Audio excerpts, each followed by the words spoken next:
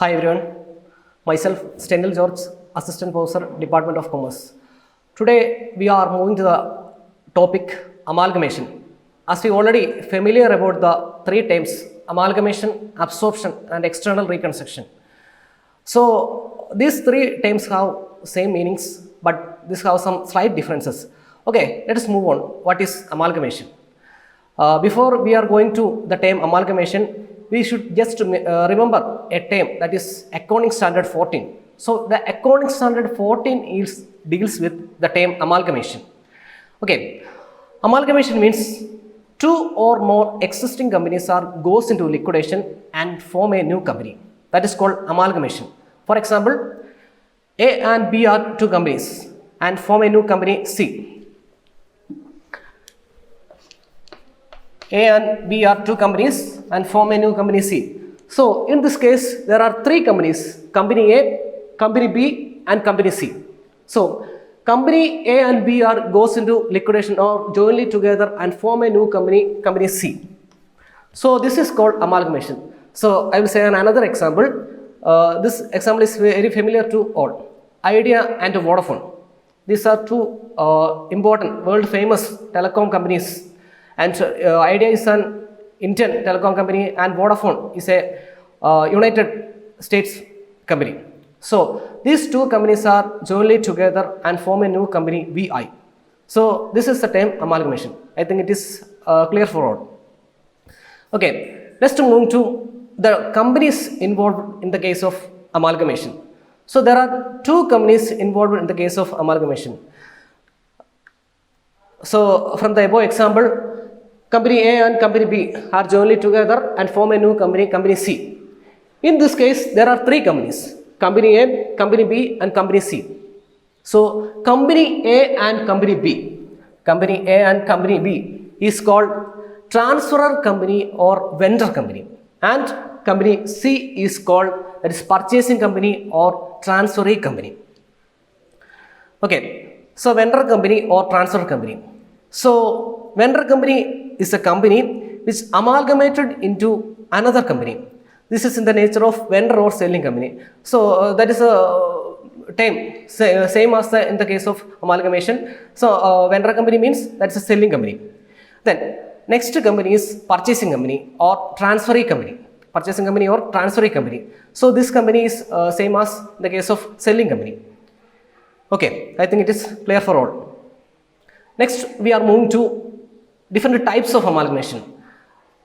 Just before we are dealing with what is amalgamation. So amalgamation means two or more existing companies goes into liquidation and form a new company. So company A and B are jointly together and form a new company, company C. So in this case, amalgamation have broadly classified into two. That is amalgamation in the nature of merger and amalgamation in the nature of purchase. So these are the two classification of amalgamation. Amalgamation in the nature of merger and amalgamation in the nature of purchase. So let us move on. What is amalgamation in the nature of merger? An amalgamation should be considered as an amalgamation in the nature of merger. It should be satisfy the following five conditions. Actually, the amalgamation in the nature of merger, it should be it should be follow the five conditions. So that five condition is clearly defined. So the first condition is all the assets and liabilities of the vendor company should become the assets and liabilities of the purchasing company. That's the first condition, which means from the above example, company A and B are two companies and jointly together form a new company, company C. So the first condition says about all the assets and liabilities of the vendor company should become the assets and liabilities of the purchasing company, which means company A have their own assets and liabilities and company B have their own assets and liabilities. So these two companies, all assets and liabilities are the assets and liabilities of the company C. That is says about the condition first, the first condition. So the second condition is shareholders not less than 90%, shareholders holding not less than 90% of the face value of the equity shares of the transferee company. Transferee company means excluding the portions held by the transferee company should become the shareholder of the transferee company. This is the second condition. We already know about the shareholders, the equity shareholders are the real owners of the company. So the company A have their own shareholders and the company B have their own shareholders. So the purchasing company not holding not less than 90% of the face value of the equity shares. So the purchasing company, from the above example, company A and company B jointly together and form a new company, company C. So the company C holding not less than 90% of the face value of the equity shares. That is the condition 2. And the third condition, there's an important condition. The consideration payable the above mentioned shareholders should be discharged in the transferee company by the issue of equity shares, and cash can be payable in respect of fractional shares. That's the third condition. So we have just to see that an important term, that is consideration. Consideration means that is we want to move the next slides. So consideration means there's the consideration paid by the purchasing company to the vendor company. That consideration may be payable in the form of equity shares or the securities, or in the form of cash, or mixture of this. Okay, so the third condition says about the consideration payable in the above mentioned shareholders should be discharged in the form of equity shares, and the amount should be payable only the fractional amounts. For example, what is fractional amount? Fractional amount means sometimes the shareholders may be paid 100.33, sometimes 100.33 shares. So this 0.33 is called the fractional number. So the corresponding amount of this 33 is amount should be payable in the form of cash. That is called fractional amount. I think it is clear for all. That is called third condition. Then the fourth condition is the business of the transferor company or companies is intended to be carried by the transferee company. So I think it is clear for all, because company A, from the above example, company A and company B jointly together and form a new company, company C.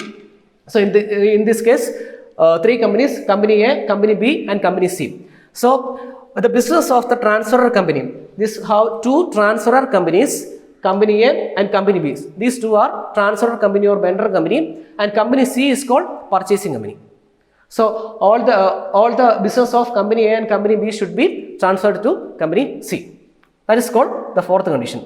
And the last condition is, the fifth condition is, no adjustment is intended to be made in the book value of the assets and liabilities of the transfer companies or company or companies when they are incorporated in the financial statements of the transfer company to ensure the uniformity of accounting policies. This condition says about the book value of assets and liabilities. It should be taken over by the book value, not taken over by the market value. So all the assets and liabilities of the vendor company should taken over by the market value. So these are the 5 conditions. We just discuss that once again. All the assets, first condition is all the assets and liabilities of the vendor company should become the assets and liabilities of the purchasing company, and second one is shareholders holding not less than 90% of the face value of the equity shares of the transferee company, excluding the portions held by the transferee company, should become the shareholder of the transferee company. And the third condition is the consideration payable to the above mentioned shareholders should be discharged by the transferee company by the issue of equity shares, and cash can be payable in the respect of fractional shares. Then the fourth condition is the business of transfer company or companies is intended to be carried on by the transferee company. And the fifth condition is no adjustment is intended to be made in the book value of the assets and liabilities of the transfer company or companies. I think it is clear for all. So next moving to the second type of amalgamation. First we are discussing about amalgamation in the nature of merger. The second type of amalgamation is amalgamation in the nature of purchase. Okay, so let's move on. What is amalgamation in the nature of purchase? So from the above slide we can discuss about the 5 conditions. So amalgamation in the nature of purchase is actually very simple.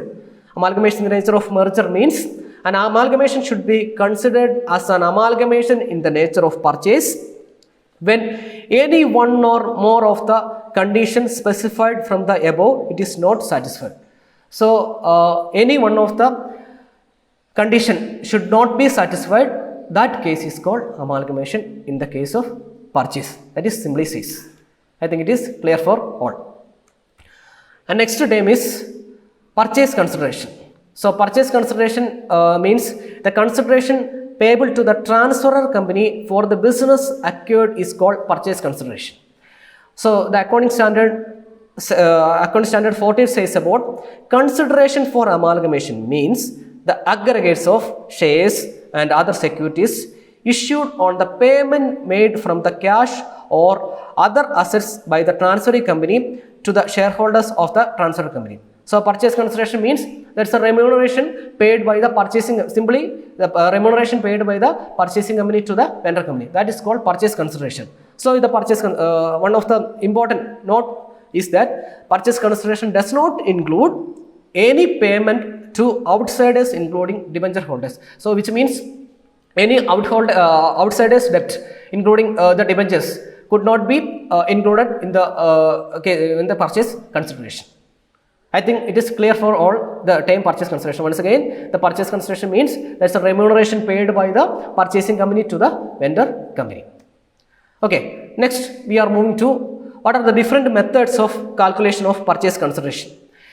Okay, purchase consideration may be calculated in the important 4 methods. First one is lump sum method, second one is net payment method, third one is net asset method, and fourth one is intrinsic value method. Once again, first one is net lump sum method, second one is net payment method, third one is net asset method, and fourth one is share exchange method or intrinsic value method. Okay, let's move on. What is lump sum method? Actually, we already know about the term lump sum. That's a fixed amount. So the lump sum method means the transfer company agrees to pay a fixed amount of the transferring company to the purchase consideration. This purchase consideration is mentioned in the agreement.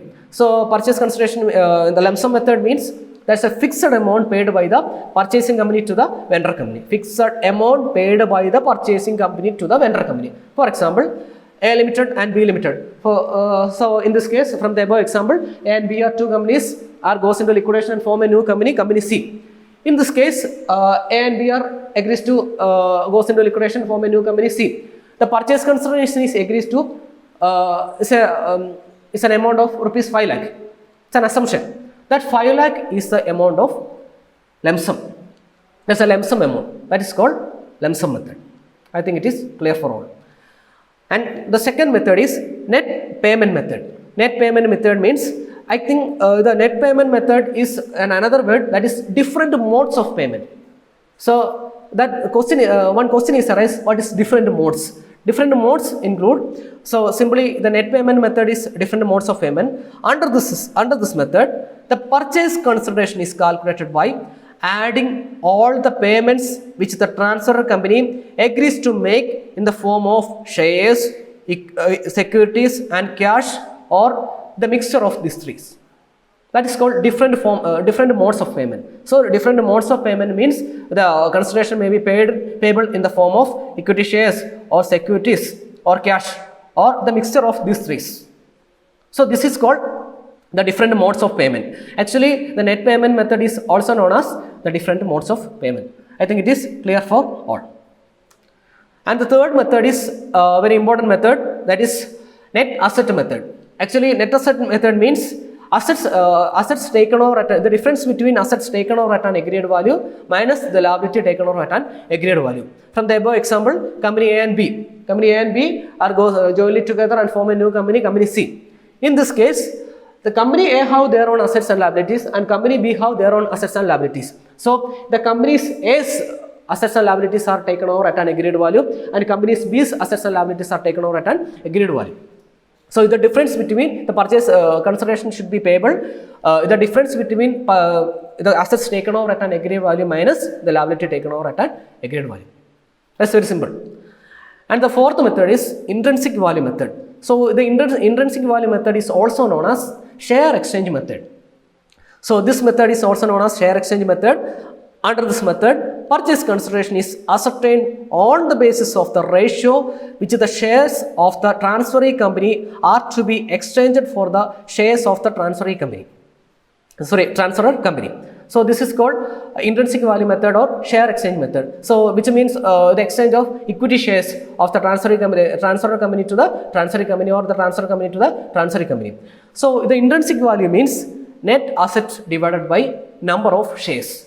So that is the value of intrinsic value. So that is intrinsic value. So intrinsic value means net asset value divided by number of shares. Then net asset means total asset minus outside is liabilities.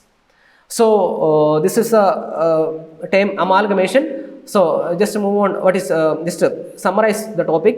So amalgamation means two or more existing companies goes into liquidation and form a new company. That is called amalgamation. That is discussed in an example. So A and B are two companies and jointly together form a new company, company C. So in this case, the amalgamation deals with the accounting standard 14. So in this case, there are three companies, company A and company B and company C. So company A and company B are called transferor company or vendor company, and the company C is called purchasing company.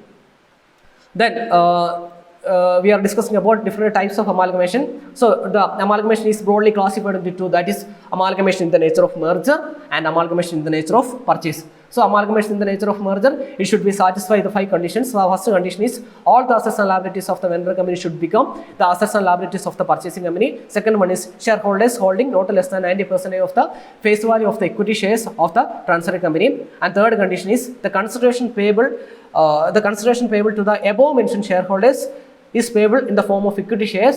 The fractional shares only payable in the form of cash. And the fourth condition is the business of the transfer company or companies intended to be carried on by the transfer company. And the last condition is the assets and liabilities are taken over at the book value, not the market value. Then amalgamation in the nature of purchase, which means any one of the following conditions should not be satisfied. That is called amalgamation in the nature of purchase. Next one is purchase consideration. Purchase consideration means that's the remuneration paid by the purchasing company to the vendor company. So this have mainly 4 methods. First one is lump sum method, second one is net payment method and net asset method, and last one is share exchange method or intrinsic value method. I think it is clear for all. If you have any doubt, you can text in the comment box. Thank you.